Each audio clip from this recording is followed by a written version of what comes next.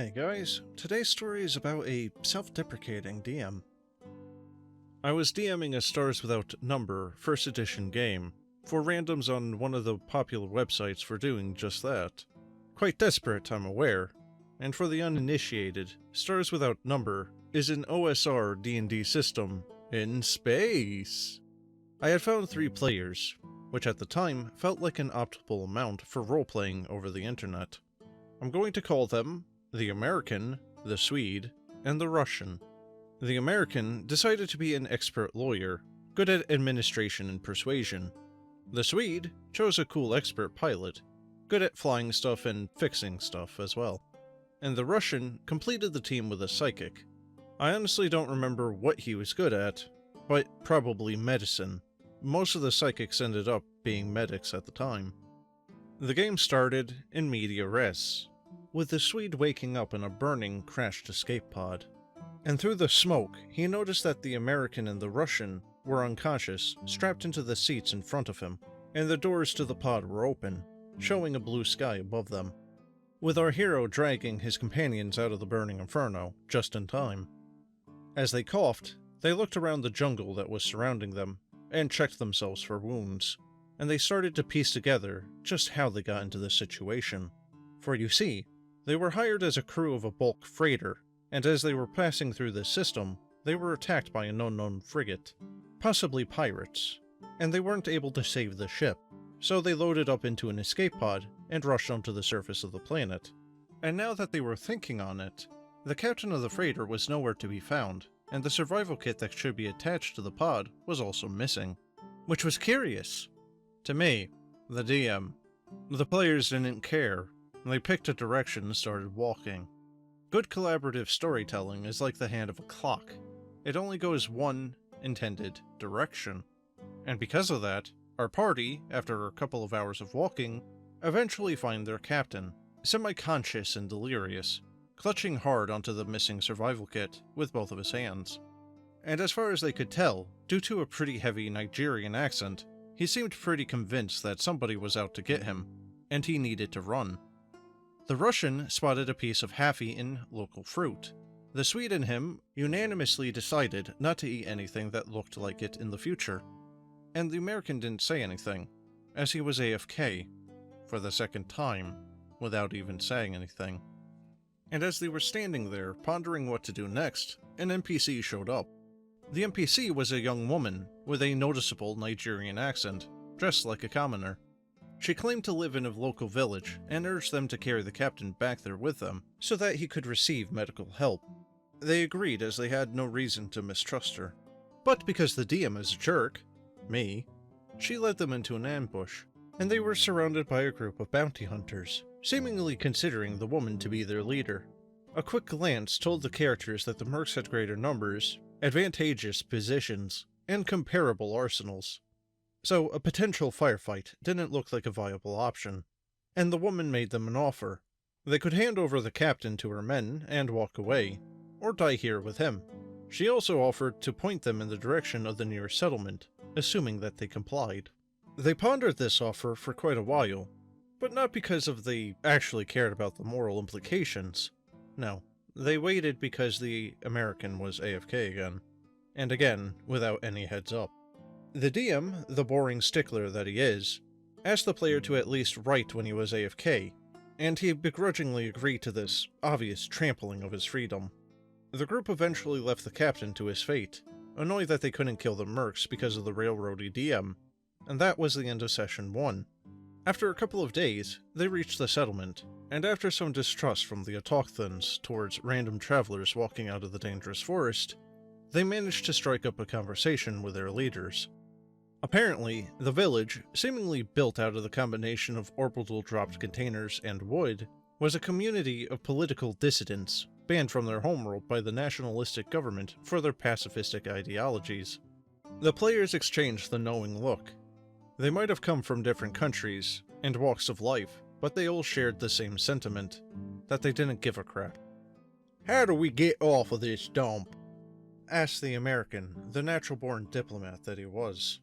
Well, the answer was complicated. The small village in the middle of the jungle had the audacity of only having a single spaceport. Moreover, somebody recently provided the indigenous population of bipedal avian aliens with firearms, and they used that new power to take over the aforementioned spaceport. See, up to this point, the local hunters would just shoot into the air to scare the aliens away, avoiding bloodshed in the process. And now that the technological ground was more even, and that the birds' numbers were greater, the pacifists had no recourse. And this is where the players realized the first major truth, that if they wanted to get off the planet, they needed to retake the port. And after a short visit to the wounded master hunter of the village, they moved towards the port immediately. It turns out that the group holding it consisted of about a dozen aliens, and their firearms were some sort of black powder muskets with relatively short range. The American also realized and vocalized the second major truth about this place, and that was that this place sucked, and all the Morons living here deserved to die for inconveniencing him. The DM, the dilettante loser that he is, decided to modify the system a little bit in regard to combat, by introducing advantage from 5e. Knowing that, the Swede decided to immediately climb onto the roof of one of the hangars present around the main landing zone and shoot at the bird creatures from the elevated position. And the DM, the spineless fish that he is, decided to grant him an advantage for that action. Even though, with the benefit of the hindsight, shooting from the elevated position doesn't actually grant you any advantage in regards to the marksmanship. Sure, it's difficult for the targets to find cover from a high angle, and to reach you, they would have to charge uphill, but otherwise, it actually makes the distance you shoot from greater. Anyway, because the range of the indigenous aliens' weapons were ridiculously short, combined with the fact that they weren't exactly masters of using them anyway, our heroes quickly slaughtered all of them. High fives and GG easies were plentiful. The local sheriff and his deputy, thankful for resolving this difficult situation, arrived on a truck shortly afterwards, and they rewarded them with clearly not enough credits and information, with that information being that a long-awaited transport of some off-world building materials should arrive shortly. About half an hour later, the banged-up shuttle indeed arrived on the horizon. It wasn't pretty, but it was functional, and the pilot offered to take them back to his planet after the cargo was unloaded and the ship was refueled. The American, remembering the second major truth about this place, decided to murder everyone and steal the spacecraft instead. The fight was tougher than the players had expected, as the humans were using real guns, but the party emerged victorious, right after the Russian psychic was killed. And that marked the end of Session 2. Our party used their acquisition to leave the planet, and on the way, they realized that the ship was in a significantly worse shape than what they initially assumed. The main issue was broken artificial gravity, which technically doesn't prevent someone from using it, but it makes it extremely unpleasant to do so. The DM, the railroading jerk that he is, forced them to make a stop at the nearest planet, as they only had the fuel and life support for 2 system jumps, and there was no other port in that range. This new planet was a desert mining colony and a major port, with more than 100,000 inhabitants. After they entered the system, they received a bunch of messages from friends and former associates, looking to link up or straight up offering them jobs. Obviously, that's not how it works, and any semi-decent DM would know that the players should have gone to the bar and asked the bartender if anybody in the colony needed help, instead of the DM trying to falsify some sort of personal stake by making the quest givers through a character's personal networking. Graciously, the players decided to work with the crap they were given, and the Russian rolled a fighter currently loitering in the spaceport. On top of that, we had a new player, who I'm going to call the new guy, as I have no recollection where he was from. The new guy decided to refill the psychic spot. The players pondered for quite a while whether or not to allow these new characters to join the party, not because of the potential danger of allowing a complete stranger to travel with you, but because the American was AFK again, and the Russian used this time to agitate the DM towards booting the American from the game. The pushover, however, that the DM is, agreed, and welcomed the American back by telling him to leave. The American was angry since he clearly wrote AFK in the chat 30 minutes ago, and eventually he left. He also decided that from this point on, he would only vote Republican, as soon as he was old enough to vote. Before going to a meeting with a corporate fixer the Russian knew, they decided to sell the building materials that they acquired from the ship. Lucky them, there was a depository in the colony, selling those exact materials. After confirming that the cargo was of good quality, the owner of the establishment asked for a bill of transit. "Do we have that?" asked the Swede. "You remember a bunch of such documents lying behind one of the crates," answered the DM, who was also lying. "There you go," said the Swede, presenting the documents to the owner.